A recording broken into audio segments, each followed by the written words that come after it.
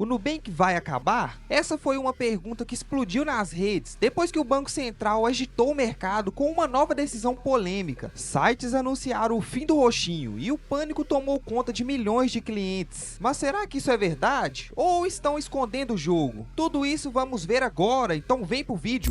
Nos últimos dias, uma movimentação do Banco Central sacudiu o mercado e acendeu o alerta. O Nubank corre risco de acabar? Calma, a resposta é não. Na verdade, o Nubank nunca foi um banco tradicional aqui no Brasil. Ele funciona como uma instituição financeira que oferece serviços como conta digital, cartão de crédito, investimento e outros produtos. Mas, por lei, não atende aos critérios exigidos para ser oficialmente classificado como um banco. E é exatamente por isso que ele nunca atuou como ele não oferece depósito à vista, nem possui agências físicas, que são requisitos básicos para ser classificado como banco. Alguns veículos de imprensa acabaram embarcando nessa confusão. O Correio Brasiliense falou do fim do Banco Nubank. O DOL disse que o Banco Central pode acabar com o funcionamento do Nubank. Já o Estado de Minas e o Diário do Comércio também usaram títulos alarmistas. E tudo isso gerou pânico desnecessário. Mas vamos aos fatos. Antes de tudo, é bom lembrar o que é de fato um banco. Pense nos bancões tradicionais que a gente conhece desde sempre: Itaú, Bradesco, Santander, Banco do Brasil, Caixa Econômica Federal e por aí vai. Todos eles com agências físicas, atendimento presencial, filas e aquelas burocracias clássicas. Essas instituições são consideradas banco de verdade porque seguem um conjunto específico de regras do Banco Central. São estruturas robustas e geralmente mais antigas, e isso importa na hora de definir o que pode ou não ser chamado oficialmente de banco no Brasil. Hoje existe dois tipos de instituições financeiras: as bancárias e as não bancárias. E essa diferença é essencial aqui. Só as bancárias é que podem legalmente usar o nome banco com todas as letras. Elas têm um funcionamento mais tradicional e são mais reguladas. Já as não bancárias, como a Nubank, oferecem vários serviços parecidos, mas não têm as mesmas obrigações nem os mesmos direitos de um banco completo. Para ser conhecida como banco pelo Banco Central, uma instituição precisa cumprir 3 requisitos básicos: ter agências físicas em funcionamento no Brasil, oferecer contas correntes com movimentações financeiras e permitir depósito à vista, aquele que o cliente pode sacar quando quiser.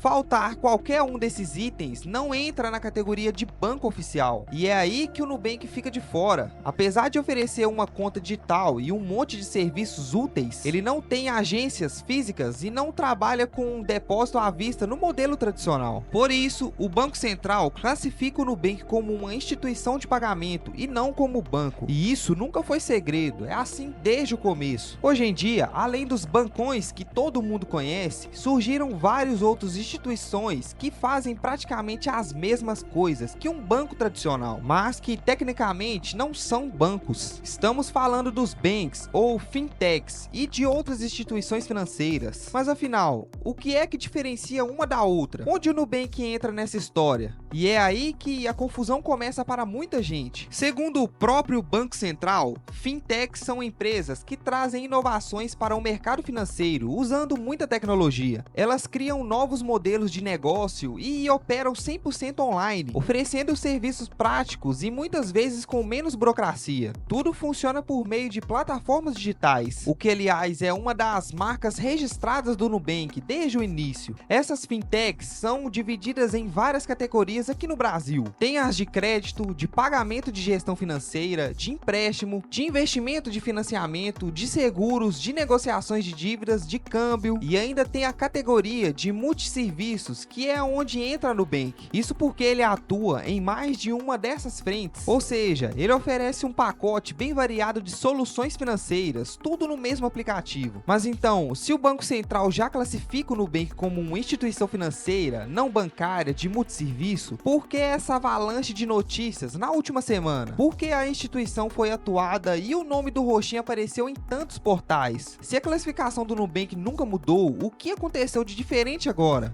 O problema não está no que ele é, mas em como ele vem sendo apresentado ao público. Hoje em dia, além dos bancos tradicionais, várias outras empresas também atuam no setor financeiro. Não estamos falando só de instituições financeiras oficiais, não. Tem até loja de roupa e site de compra nessa jogada. A Marisa, Magalu e C&A oferecem créditos e serviços parecidos com um de um banco. O Mercado Livre, que começou com e-commerce, hoje tem o Mercado Pago, que é reconhecido como uma instituição financeira. Ou seja, o mercado está cheio de empresas que fazem coisas de banco, mas sem serem bancos. Diante desse crescimento de empresas se autotitulando banco, mesmo sem seguirem os critérios legais, o Banco Central decidiu agir. A ideia é organizar a bagunça e evitar que o consumidor seja confundido. Por isso, foi publicada uma normativa. Se a instituição não é oficialmente um banco, segundo as regras brasileiras, ela não poderá mais usar o nome palavra como banco ou bank. É simples, a intenção é proteger o consumidor, que pode achar que está lidando com um banco tradicional, quando na verdade não está. E é aqui que o Nubank entra no centro da polêmica. O nome dele tem bank, mas como a gente já explicou, ele não é considerado um banco de verdade pelo Banco Central. Se essa nova regra for aprovada, e tudo indica que vai ser, o Nubank vai precisar mudar o nome. Só isso, nenhum serviço vai ser cancelado. Sua conta continua funcionando, seus investimentos continuam lá. Ou seja, é só um problema de nomenclatura, não de operação.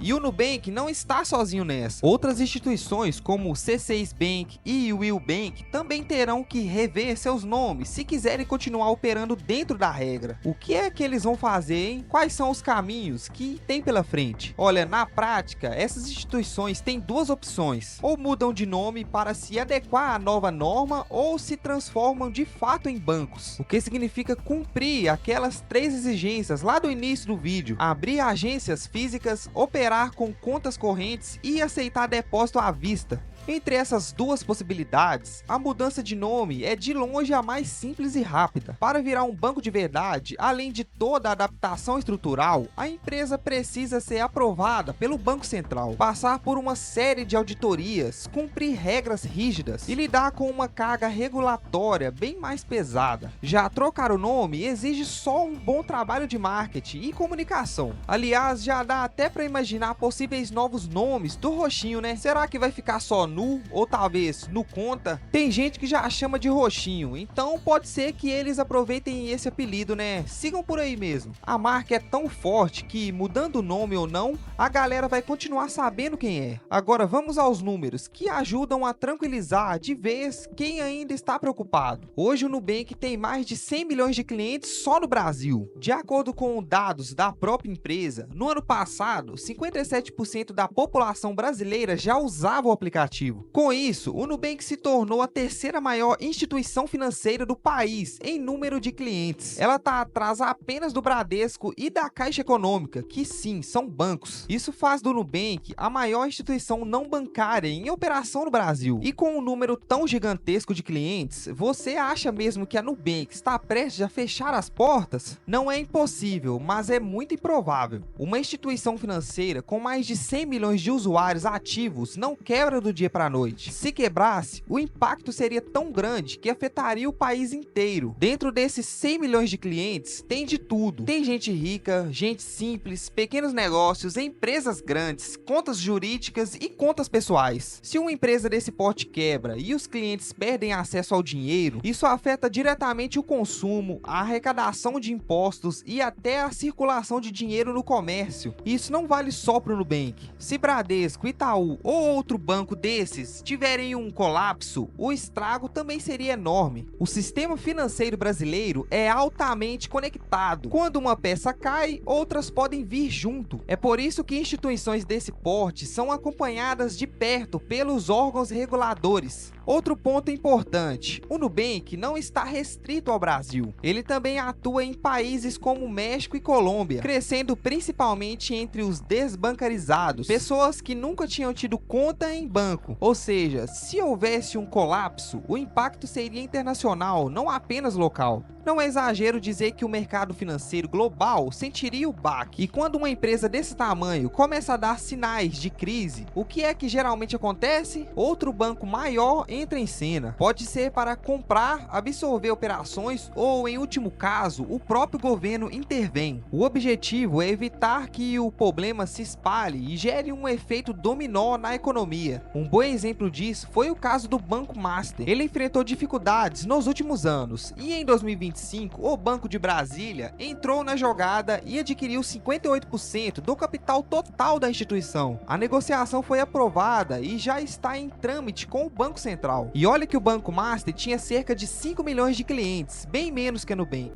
No fim das contas, o Nubank não está falindo nem prestes a desaparecer. A discussão gira em torno de regras, nomes e burocracias, mas na prática nada muda para quem é cliente. A empresa segue estável e operando normalmente, e essa história está longe de ser um fim. Talvez seja só um novo começo. Mas já comenta aqui embaixo o que você acha de tudo isso. Galera, e esse foi o vídeo de hoje. Se inscreve aí se ainda não for inscrito e deixa aquele like. Te vejo no próximo vídeo.